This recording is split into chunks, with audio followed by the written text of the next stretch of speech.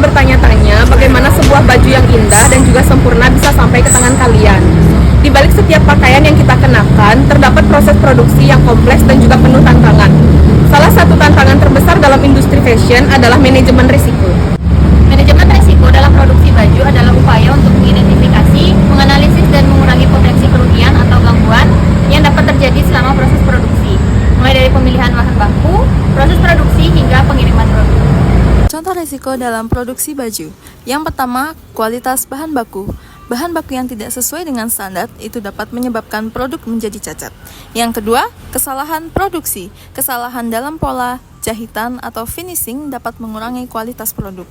Yang ketiga, keterlambatan pengiriman. Keterlambatan pengiriman dapat mengganggu jadwal produksi dan menyebabkan kerugian finansial. Dan yang terakhir, perubahan tren. Perubahan tren fashion yang cepat dapat menyebabkan stok menumpuk dan kerugian bagi perusahaan. Lalu bagaimana cara mengelola risiko-risiko tersebut? Berikut adalah tips yang dapat Anda lakukan.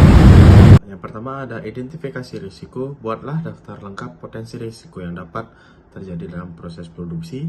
Yang kedua ada analisis risiko, di mana evaluasi setiap risiko berdasarkan tingkat kemungkinan terjadinya dan dampaknya. Yang ketiga ada mitigasi risiko. Buatlah rencana tindakan untuk mengurangi dampak negatif dari setiap risiko. Lalu yang terakhir ada monitoring dan evaluasi. Lakukan pemantauan secara berkala terhadap pelaksanaan rencana mitigasi risiko. Oke, selanjutnya itu ada yang pertama ada identifikasi risiko. Tujuannya memahami semua risiko yang mungkin terjadi. Langkah-langkahnya itu melakukan brainstorming dengan tim produksi untuk mengidentifikasi dari setiap tahap, mulai dari desain, bahan baku, produksi, hingga distribusi. Yang kedua, melakukan analisis historis dari kejadian risiko sebelumnya. Selanjutnya itu ada analisis risiko, di mana tujuannya menentukan seberapa besar dampak dan kemungkinan terjadinya risiko. Langkah-langkahnya itu, yang pertama, skala kemungkinan adalah evaluasi peluang terjadinya risiko, misalnya rendah, sedang, tinggi. Yang kedua itu ada prioritas risiko, menggunakan matriks risiko untuk menentukan prioritas risiko yang harus ditangani terlebih dahulu. Selanjutnya itu yang ketiga ada evaluasi dan strategi penanganan risiko. Tujuannya menentukan tindakan untuk menangani risiko berdasarkan prioritasnya. Pendekatan penanganan dari evaluasi dan strategi penanganan risiko ini, yang pertama ada menghindari risiko. Contohnya tidak menggunakan supplier yang reputasinya buruk untuk menghindari bahan baku berkualitas rendah.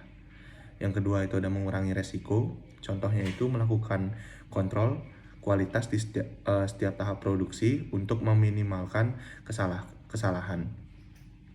Yang keempat itu ada menerima risiko. Itu contohnya jika risiko memiliki dampak kecil dan biaya mitigasi terlalu tinggi, risiko ini diterima dengan langkah antisipasi. Yang terakhir itu mengalihkan risiko.